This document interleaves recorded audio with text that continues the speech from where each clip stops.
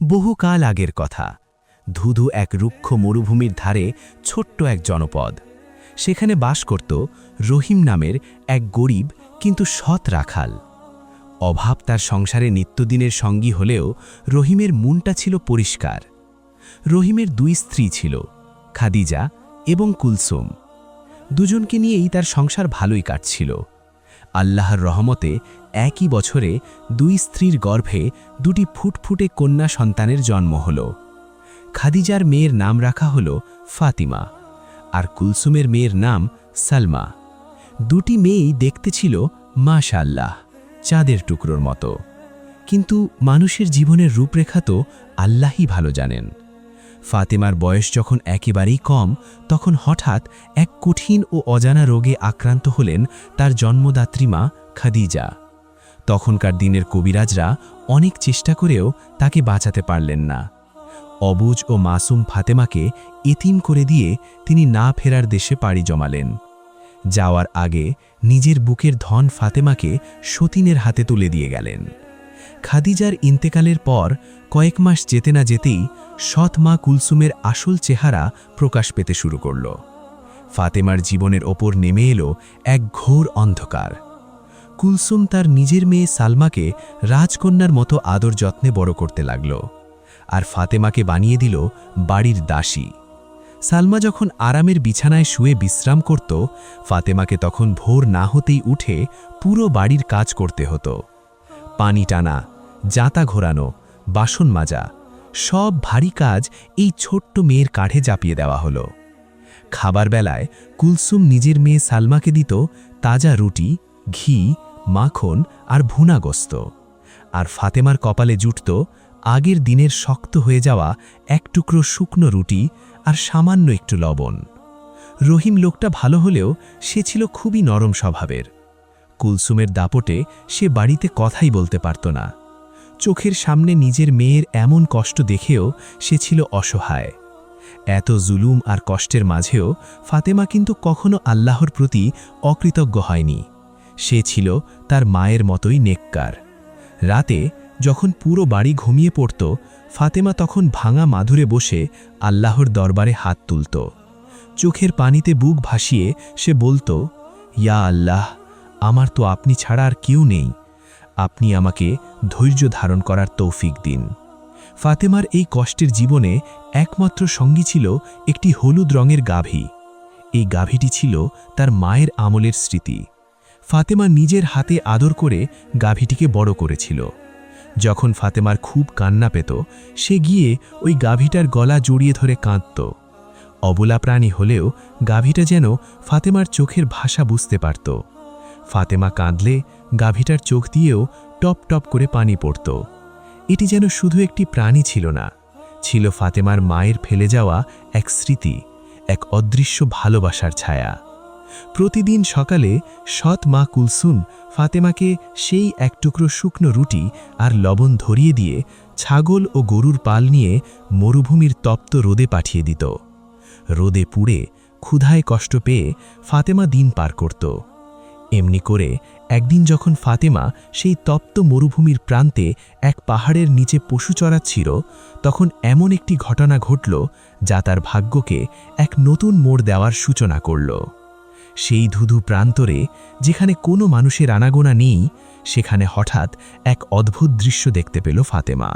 তপ্ত রোদে যখন মরুভূমির বালি আগুনের মতো পুড়ছিল, ফাতেমা তখন ক্ষুধা আর তৃষ্ণায় ক্লান্ত হয়ে একটি বড় পাথরের ছায়ায় বসে পড়ল। ঠিক তখনই সে দেখল দূর থেকে লাঠিতে ভর করে এক অতি বৃদ্ধা নারী হেঁটে আসছেন। তার পরনের কাপড় শতছিন্ন, চেহারা বয়সের ভারে নিউব্জ, আর চোখ মুখ শুকিয়ে কাঠ হয়ে আছে। দেখে মনে হচ্ছিল দিনের পর দিন তিনি অভুক্ত। বৃদ্ধা ফাতেমার কাছে এসে দুর্বল কণ্ঠে বললেন, মা গো, আমি অনেক দূর থেকে এসেছি। ক্ষুধায় আমার পেট জ্বলে যাচ্ছে। আমাকে সামান্য কিছু খেতে দেবে? ফাতেমা নিজের কাপড়ের খুঁটে বাঁধা সেই শক্ত শুকনো রুটি আর লবণের দিকে তাকালো। তার নিজের পেটেই তখন ক্ষুধার আগুন জ্বলছে। কিন্তু ফাতেমা ছিল ঈমানদার। সে জানত ক্ষুধার্তকে খাবার দেওয়া আল্লাহ রাব্বুল আলামিনের কত বড় পছন্দের কাজ। এক মুহূর্তও দেরি না করে সে রুটিটি বের করে বৃদ্ধার সামনে বাড়িয়ে দিল। মিষ্টি হেসে বলল, মা, আমার কাছে তো শুধু এই শুকনো রুটি আর সামান্য লবণ ছাড়া কিছুই নেই। আপনি বিসমিল্লাহ বলে এটাই গ্রহণ করুন। বৃদ্ধা অবাক হয়ে ফাতেমার দিকে তাকালেন। মেয়েটার নিজের চেহারাতেও ক্ষুধার ছাপ স্পষ্ট, অথচ সে নিজের খাবার বিলিয়ে দিচ্ছে। বৃদ্ধা রুটিটুকু খেয়ে তৃপ্তির ঢেকুর তুললেন। তারপর ফাতেমার মাথায় হাত বুলিয়ে মন থেকে দোয়া করলেন, ইয়া আল্লাহ, এই মাসুম মেয়েটির সবর আর দয়ার প্রতিদান তুমি দুনিয়া ও আখিরাতে দান করো। এরপর বৃদ্ধা ফাতেমার কানের কাছে মুখ নিয়ে ফিসফিস করে এক অদ্ভুত কথা বললেন, শোনো মা, আজ বিকেলে বাড়ি ফেরার পথে তুমি দুটি পাহাড়ি ঝর্ণা দেখতে পাবে। ঝর্ণা দুটি পাশাপাশি বইছে। একটির পানি মিশমিশে কালো আর অন্যটির পানি দুধের মতো সাদা, রূপোর মতো চকচকে। মনে রেখো মা, সাদা পানি দেখে ধোকায় পড়বে না। ওটা যতই সুন্দর হোক, তুমি ওই কালো পানি দিয়েই মুখ ধোবে এবং পান করবে। সাদা পানির কাছে ভুলেও যাবে না। কথাগুলো বলে বৃদ্ধা লাঠিতে ভর দিয়ে যেমন এসেছিলেন তেমনি অজানা গন্তব্যে মিলিয়ে গেলেন। ফাতেমা অবাক হয়ে ভাবতে লাগল, এই জনমানবহীন প্রান্তরে কে এই বৃদ্ধা? বিকেল গড়িয়ে যখন সূর্য পশ্চিমে হেলে পড়ল, ফাতেমা তার পশুগুলোকে নিয়ে বাড়ির পথ ধরল। কিছু দূর যেতেই সে থমকে দাঁড়াল। সত্যিই তো, পাহাড়ের পাদদেশ দিয়ে পাশাপাশি দুটি ঝর্ণা বয়ে যাচ্ছে। একটির পানি কুচকুচে কালো, যেন কাদা মাখা, অন্যটির পানি সাদা, এতটাই চকচকে যে চোখ ধাঁধিয়ে যায়। সাধারণ মানুষ হলে সাদা পানি দেখেই ছুটে যেত, কিন্তু ফাতেমা ছিল আমানতদার এবং ওয়াদা রক্ষাকারী। বৃদ্ধার কথা তার কানে বাজতে লাগল। সে সাদা ঝর্ণার দিকে ফিরেও তাকাল না। বিসমিল্লাহ বলে কালো ঝর্ণার কাছে গিয়ে 2 হাত ভরে পানি তুলে মুখে ছিটা দিল এবং পান করল। সুবহানাল্লাহ! পানি মুখে দিতেই ফাতেমা চমকে উঠল। কালো হলেও এই পানি ছিল বরফের মতো ঠান্ডা, আর তার স্বাদ মধুর চেয়েও মিষ্টি। আর সুগন্ধ, জান্নাতের কস্তুরীর মতো সুগন্ধে চারপাশ ভরে গেল। ফাতেমার সারাদিনের ক্লান্তি, ক্ষুধা নিমেষেই দূর হয়ে গেল। শুধু তাই নয়, আল্লাহর রহমতে ফাতেমার চেহারায় এমন এক ঐশ্বরিক নূর ফুটে উঠল যে পূর্ণিমার চাঁদও যেন তার কাছে ম্লান। সন্ধ্যার পর যখন ফাতেমা বাড়িতে পা রাখল, সারা বাড়ি কস্তুরীর সুগন্ধে ভরে গেল। সৎমা কুলসুম আর সৎবোন সালমা ফাতেমাকে দেখে হাঁ হয়ে গেল। এই কি সেই ফাতেমা যে সকালে মলিন পোশাকে বেরিয়েছিল? তার চেহারায় এত নূর কোথা থেকে এলো? তার গায়ের এমন সুগন্ধেই বা কিসের? কুলসুম ঈর্ষায় জ্বলে উঠে ফাতেমার হাত চেপে ধরল। কর্কশ কণ্ঠে ধমক দিয়ে বলল, সত্যি করে বল, তুই আজ কোথায় গিয়েছিলি? এই সুগন্ধি তুই কোথায় পেলি? ফাতেমা কখনো মিথ্যা বলতো না। সে সরল মনে পাহাড়ের তলার সেই বৃদ্ধা, শুকনো রুটি ভাগ করে খাওয়া এবং কালো ও সাদা ঝর্ণার পুরো ঘটনাটি খুলে বলল। সব শুনে কুলসুমের মাথায় লোভের ভূত চেপে বসল। সে ভাবল, ফাতেমার মতো দাসী যদি এমন রূপ আর সুগন্ধ পেতে পারে, তাহলে তার আদরের মেয়ে সালমা ওই ঝর্ণার পানি ব্যবহার করলে দুনিয়ার সবচেয়ে সুন্দরী হয়ে যাবে। সেই রাতেই কুলসুম পরিকল্পনা করল। পরদিন সকালে সে ফাতেমাকে বাড়িতে রেখে নিজের মেয়ে সালমাকে মরুভূমিতে পাঠানোর সিদ্ধান্ত নিল। সালমার জন্য কুলসুম তৈরি করল দারুণ এক ভোজ। নরম তাজা রুটি, ভুনা গোস্ত, মিষ্টি আর ফলমূল দিয়ে সালমার থলি ভরে দিল। সালমাকে শিখিয়ে দিল, মারে, ওই বুড়িকে এই মজাদার খাবার দিবি, আর বিনিময়ে ঝর্ণার খোঁজ নিয়ে সোজা সাদা পানির কাছে যাবি। ফাতেমা বোকা বলে কালো পানি মেখেছে, তুই সাদা আর চকচকে পানি মাখবি, তাহলে তোর রূপ দেখে তামাম দুনিয়া পাগল হয়ে যাবে। পরদিন সকালে সালমা অহংকারে মাটিতে পা না ফেলে রাজকীয় খাবার নিয়ে মরুভূমিতে রওনা দিল। তার মনে আল্লাহর কোনো ভয় ছিল না, ছিল কেবল আরও সুন্দরী হওয়ার লোভ আর অহংকার। তপ্ত দুপুরে সেই পাহাড়ের নিচে এসে সালমা দেখতে পেল লাঠিতে ভর করে সেই একই বৃদ্ধা বসে আছেন। সালমা অহংকারের বশে বুক ফুলিয়ে সেই পাহাড়ের নিচে পৌঁছাল। তপ্ত রোদ তার সই ছিল না। বিরক্তি আর গরমে সে হাঁসফাঁস করছিল। ঠিক তখনই লাঠিতে ভর করে সেই বৃদ্ধা তার সামনে এসে দাঁড়ালেন। তার চেহারা আগের দিনের মতোই ক্লান্ত, কণ্ঠস্বর দুর্বল। মা গো, বৃদ্ধা কাতর কণ্ঠে বললেন, আমি বড় ক্ষুধার্ত, তোমার থলি থেকে আমাকে সামান্য কিছু খেতে দেবে? সালমা বিরক্তি ভরে মুখ মাকাল। তার থলিতে থাকা ভুনা গোশতের সুবাস তখন বাতাসে ভাসছে। সে তাচ্ছিল্যের সুরে বলল, কি বলছেন আপনি? এই রাজকীয় খাবার আমি আপনার মতো এক ভিখারিকে দেব? সরে দাঁড়ান সামনে থেকে। আমি এসেছি ওই ঝর্ণার খোঁজ নিতে, আপনার সাথে কথা বলতে নয়। অহংকার আর লোভ মানুষকে কতটা অন্ধ করে দেয় সালমা তার বড় প্রমাণ। সে বৃদ্ধাকে এক টুকরো রুটিও দিল না, বরং কটূক্তি করে তাকে অপমান করল। বৃদ্ধা কোনো জবাব দিলেন না। তার চোখের দৃষ্টি হঠাৎ গম্ভীর হয়ে গেল। তিনি শান্ত কিন্তু গভীর কণ্ঠে বললেন, সামনের ওই পাহাড়ের বাঁকেই তুমি দুটি ঝর্ণা দেখতে পাবে। একটির পানি কালো, অন্যটির পানি সাদা আর চকচকে। তোমার যা ইচ্ছা হয় তুমি তাই করো। এই বলে বৃদ্ধা সেখান থেকে অদৃশ্য হয়ে গেলেন। বৃদ্ধার কথা শেষ হতেই সালমা আর এক মুহূর্তও দেরি করল না। সে প্রায় দৌড়ে পাহাড়ের বাঁকে পৌঁছাল। সত্যি, সেখানে পাশাপাশি দুটি ঝর্ণা বয়ে যাচ্ছিল। একটির পানি কুচকুচে কালো, অন্যটির পানি দুধের মতো সাদা আর রূপোর মতো চকচকে। মায়ের শেখানো কথা সালমার কানে বাজছিল, সাদা পানি দিয়ে মুখ ধোবে তাহলেই তুমি দুনিয়ার সবচেয়ে সুন্দরী হবে। সালমা তাচ্ছিল্য ভরে কালো পানির দিকে তাকালো। মনে মনে বলল, ফাতেমা ওই কালো কাদা পানি মেখে নিজেকে কি না কি ভাবছে। আমি এই সাদা ঝর্ণার পানিতে গোসল করব। কোনো বিসমিল্লা নেই, আল্লাহর নাম নেই, স্রেফ অহংকার আর অহমিকা নিয়ে সালমা সেই সাদা ঝর্ণার পানিতে ঝাঁপিয়ে পড়ল। কিন্তু এ কি, পানিতে নামার সাথে সাথেই সালমার শরীর যেন আগুনের মতো জ্বলতে শুরু করল। সাদা পানি তার গায়ে লাগা মাত্রই তার চামড়া কালো হতে লাগল, মুখমণ্ডল বিকৃত হয়ে গেল, আর সেই পানি থেকে পচা মাংসের মতো এমন এক বিভৎস দুর্গন্ধ বের হতে লাগল যা সহ্য করা প্রায় অসম্ভব। সালমা চিৎকার করে পানি থেকে উঠে এলো, কিন্তু ততক্ষণে অনেক দেরি হয়ে গেছে। তার গায়ের সেই দুর্গন্ধ আর বিকৃত চেহারা নিয়ে সে কাঁদতে কাঁদতে বাড়ির দিকে ছুটল। সন্ধ্যায় যখন সালমা বাড়িতে পা রাখল, সারা বাড়ি সেই অসহ্য দুর্গন্ধে ভরে গেল। কুলসুম দৌড়ে এসে মেয়ের এই বিভৎস দশা দেখে ডুকরে কেঁদে উঠল। এ কি হলো তোর মা? কে তোর এই সর্বনাশ করল? সালমা কাঁদতে কাঁদতে পুরো ঘটনা খুলে বলল। সব শুনে কুলসুম রাগে উন্মাদ হয়ে গেল। সে ভাবল, নিশ্চয় ফাতেমা তাদের সাথে মিথ্যা বলেছিল।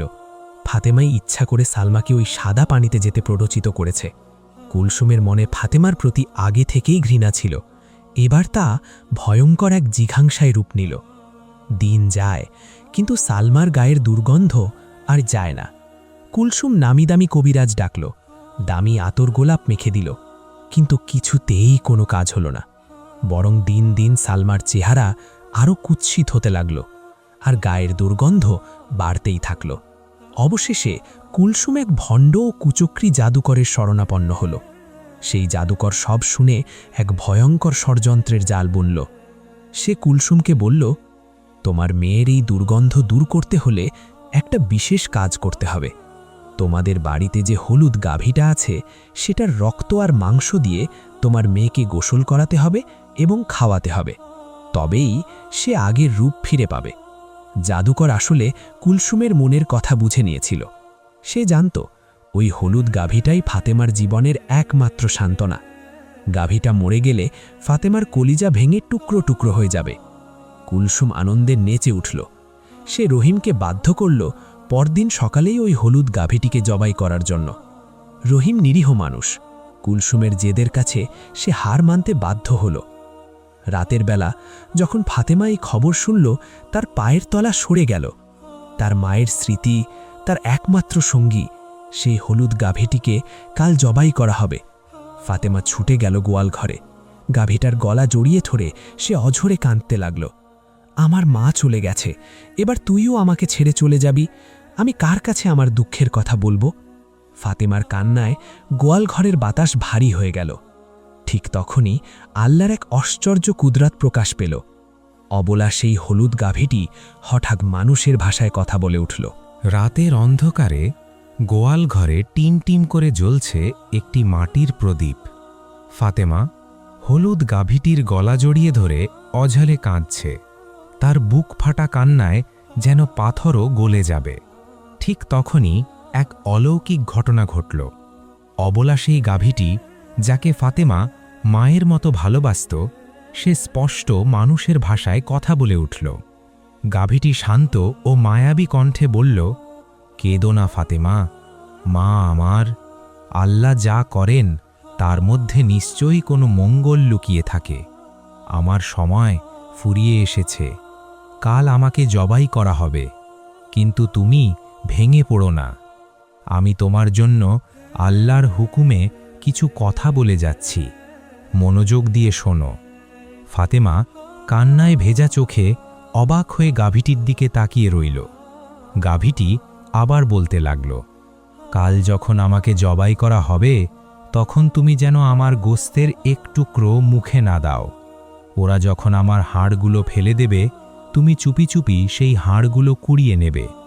তারপর আমাদের ওই প্রিয় পাহাড়ের নিচে, যেখানে তুমি ছাগল চড়াতে যাও, সেখানে একটি গর্ত খুঁড়ে হাড়গুলো পুঁতে রাখবে। মনে রেখো মা, বিপদে কেবল আল্লাহর ওপর ভরসা রাখবে, তিনি তোমাকে কখনো নিরাশ করবেন না। পরদিন সকালে কুলসুমের নির্দেশে রহিম সেই হলুদ গাভীটিকে জবাই করল। ফাতেমা দূর থেকে দাঁড়িয়ে অঝরে কাঁদল, কিন্তু একটি শব্দও করল না। জাদুকরের কথা মতো কুলসুম গাভীর রক্ত আর মাংস দিয়ে সালমাকে গোসল করালো এবং তাকে সেই মাংস খাওয়ালো। কিন্তু আল্লাহর হুকুম ছাড়া কি কোনো জাদুটোনা কাজ আসে? সালমার গায়ের দুর্গন্ধ তো গেলই না, বরং আরও বেড়ে গেল। তার চেহারা হয়ে উঠল আরও বিভৎস। অন্যদিকে ফাতেমা গাভীর কথা মতো কাজ করল। কেউ যেন দেখতে না পায় সেভাবে গাভীর ফেলে দেওয়া হাড়গুলো সে সযত্নে কুড়িয়ে নিল। তারপর সেগুলো নিয়ে পাহাড়ের নিচে গেল। একটি গর্ত খুঁড়ে বিসমিল্লাহ বলে চোখের পানি ফেলতে ফেলতে হাড়গুলো পুঁতে রাখল। দিন গড়িয়ে গেল। ফাতেমার জীবন আগের মতোই কষ্টে কাটতে লাগল, কিন্তু সে কখনো ধৈর্য হারায়নি। তার ঠোঁটে সবসময় আল্লাহর জিকির আর মনে গভীর বিশ্বাস, তার রব তাকে দেখছেন। কয়েকদিন পর ফাতেমা যখন পাহাড়ের নিচে ছাগল চড়াতে গেল, সে অবাক হয়ে দেখল যেখানে সে গাভীর হাড়গুলো পুঁতে রেখেছিল সেখানে একটি অদ্ভুত সুন্দর গাছ জন্মেছে। গাছটির পাতাগুলো রূপোর মতো ঝকঝকে, আর ডালে ডালে ঝুলছিল সোনার সুতোয় বোনা অপরূপ সুন্দর সব পোশাক আর অলংকার। ফাতেমা কাছে গিয়ে দেখল সেখানে একজোড়া সোনার জুতো, মুক্ত বসানো রেশমি কাপড় আর জান্নাতি সুবাসে ভরপুর আতর রাখা আছে। ফাতেমা বুঝতে পারল এটি তার সবরের প্রতিদান, আল্লাহ রাব্বুল আলামিনের পক্ষ থেকে এক গায়েবী উপহার। সে খুশিতে সেজদায় লুটিয়ে পড়ল এবং আল্লাহর শুকরিয়া আদায় করল। ফাতেমা সেই পোশাক আর জুতো নিজের কাছে সযত্নে লুকিয়ে রাখল। কিন্তু ঘটনা এখানেই শেষ নয়। আল্লাহ তাআলা ফাতেমার জন্য এক বিরাট সম্মানের ফয়সালা করে রেখেছিলেন। একদিন সেই দেশের এক সুদর্শন ও নেককার যুবক, যে ছিল এক ধনী সওদাগরের একমাত্র ছেলে, সে দলবল নিয়ে ওই মরুভূমির পথ ধরে শিকারে বের হয়েছিল। যুবকের নাম ছিল উমর। শিকারের এক পর্যায়ে উমর তার দল থেকে বিচ্ছিন্ন হয়ে পথ হারিয়ে ফেলে। তপ্ত রোদে তৃষ্ণায় কাতর হয়ে যখন সে দিগ্ভ্রান্ত, তখন দূর থেকে দেখতে পেল এক পাহাড়ের নিচে ছায়ায় বসে আছে এক মেয়ে। উমর কাছে গিয়ে পানি চাইল। ফাতেমা তাকে তার কলসি থেকে ঠান্ডা পানি পান করতে দিল। পানি পান করার সময় উমর ফাতেমার দিকে তাকিয়ে মুগ্ধ হয়ে গেল। ফাতেমার চেহারায় সেই ঝর্ণার পানি থেকে পাওয়া নূর জ্বলজ্বল করছিল। উমর বুঝতে পারল এই মেয়ে সাধারণ কেউ নয়। তার বিনয়, তার পবিত্রতা উমরের হৃদয় জয় করে নিল। উমর তার বাবার কাছে গিয়ে বলল, বাবা, আমি মরুভূমিতে এক রাখাল মেয়েকে দেখেছি, যার চেহারায় ঈমানের আলো আর চোখে পবিত্রতা। আমি তাকেই বিয়ে করতে চাই। উমরের বাবা ছিলেন একজন পরহেজগার মানুষ। ছেলের মুখে মেয়ের গুণের কথা শুনে তিনি রাজি হয়ে গেলেন। পরদিন অনেক উপঢৌকন নিয়ে উমরের বাবা রহিমের বাড়িতে বিয়ের প্রস্তাব নিয়ে হাজির হলেন। রহিমের বাড়িতে এত বড় সওদাগরের আগমন দেখে কুলসুম তো খুশিতে আত্মহারা। সে ভাবল, নিশ্চয়ই তার মেয়ে সালমার জন্যই এই প্রস্তাব এসেছে। কিন্তু যখন সওদাগর আসল কথা খুলবেন, তখন কুলসুমের প্রতিক্রিয়া কি হবে? সে কি এত সহজে ফাতেমার এই সৌভাগ্য মেনে নেবে, নাকি এক নতুন ও ভয়ঙ্কর ষড়যন্ত্রের জাল বিছাবে? সওদাগরের আগমনে রহিমের ভাঙা বাড়িতে যেন খুশির বন্যা বয়ে গেল। কুলসুম আনন্দে আত্মহারা হয়ে তার কুৎসিত ও দুর্গন্ধযুক্ত মেয়ে সালমাকে দামি কাপড় আর আতর মাখিয়ে সাজাতে বসল। সে ভাবতেই পারল না এই প্রস্তাব তার মেয়ের জন্য নয়। কিন্তু যখন সওদাগর রহিমকে বললেন, ভাই, আমি আপনার মেয়ে ফাতেমার জন্য আমার ছেলে উমরের বিয়ের প্রস্তাব নিয়ে এসেছি, তখন কুলসুমের মাথায় যেন বাজ পড়ল। তার চোখ রাগে লাল হয়ে গেল। ফাতেমা, ওই দাসীর মতো মেয়েটার জন্য? কুলসুম মনে মনে ফুঁসতে লাগল, কিন্তু বাইরে মিষ্টি হেসে বলল, অবশ্যই, এ তো আমাদের পরম সৌভাগ্য। আগামী শুক্রবার বিয়ের দিন ধার্য হোক। রহিম অবাক হলেও ভয়ে কিছু বলতে পারল না। বিয়ের দিন ঠিক হয়ে গেল, কিন্তু কুলসুমের মনে তখন ঘুরপাক খাচ্ছে এক ভয়ঙ্কর ও নিষ্ঠুর পরিকল্পনা। সে ঠিক করল, বিয়ের রাতে ফাতেমার জায়গায় তার মেয়ে সালমাকেই উমরের হাতে তুলে দেবে, আর ফাতেমাকে চিরতরে দুনিয়া থেকে সরিয়ে দেবে। বিয়ের আগের দিন রাতে কুলসুম ফাতেমাকে এক গ্লাস শরবত খেতে দিল। সেই শরবতে মেশানো ছিল কড়া ঘুমের ওষুধ। সরলমনা ফাতেমা তা পান করার কিছুক্ষণের মধ্যেই গভীর ঘুমে ঢলে পড়ল।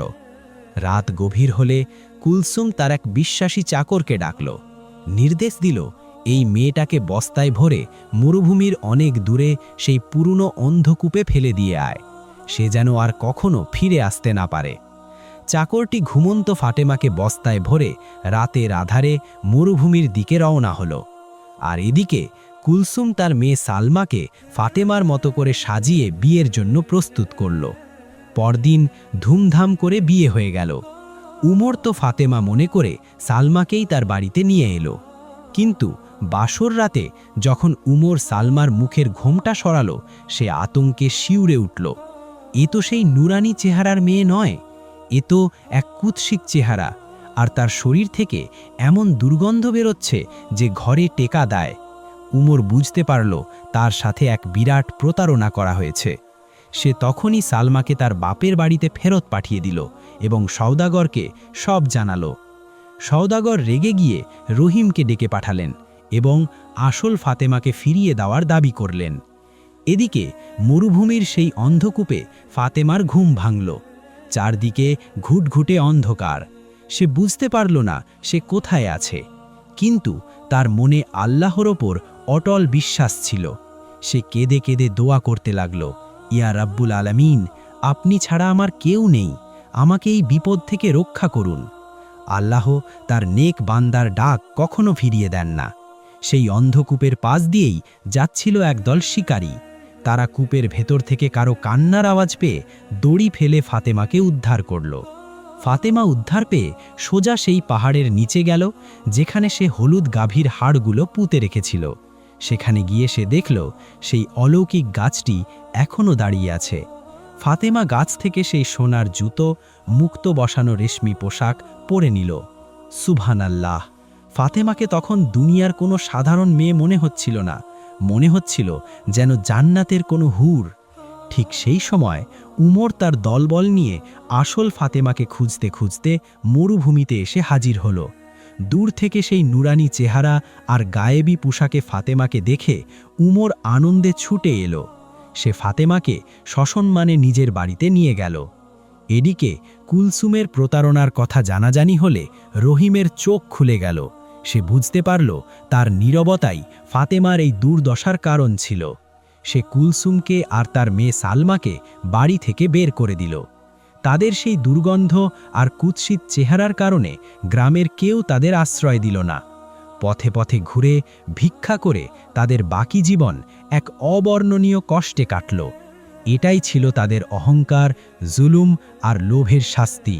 আর ফাতেমা, আল্লাহ তাকে তার সবরের এমন প্রতিদান দিলেন যে সে উমরের সাথে এক সুখী ও সম্মানজনক জীবন কাটাতে লাগল। তাদের সংসারে দিনদারি আর ভালোবাসার কোনো অভাব রইল না। প্রিয় দর্শক, এই ঘটনা আমাদের চোখে আঙুল দিয়ে দেখিয়ে দেয় জুলুমের শেষ পরিণতি সব সময় ধ্বংস। আর যে ব্যক্তি বিপদে আল্লাহর ওপর ভরসা রাখে এবং সবর করে, আল্লাহ তাআলা তাকে এমন জায়গা থেকে সাহায্য করেন যা সে কল্পনাও করতে পারে না। আল্লাহ তাআলা পবিত্র কুরআনে বলেছেন, নিশ্চয়ই আল্লাহ ধৈর্যশীলদের সাথে আছেন। আশা করি এই শিক্ষণীয় ঘটনাটি আপনাদের হৃদয়কে ছুঁয়ে গেছে। যদি ভিডিওটি ভালো লেগে থাকে তবে অবশ্যই লাইক, কমেন্ট ও শেয়ার করে অন্যদেরও জানার সুযোগ করে দেবেন। আর এমন আরও শিক্ষণীয় ঘটনা শুনতে চ্যানেলটি সাবস্ক্রাইব করতে ভুলবেন না। আল্লাহ আমাদের সবাইকে ফাতেমার মতো ঈমান ও সবর দান করুন। আমিন। আসসালামু আলাইকুম ওয়া রাহমাতুল্লাহি ওয়া বারাকাতুহু।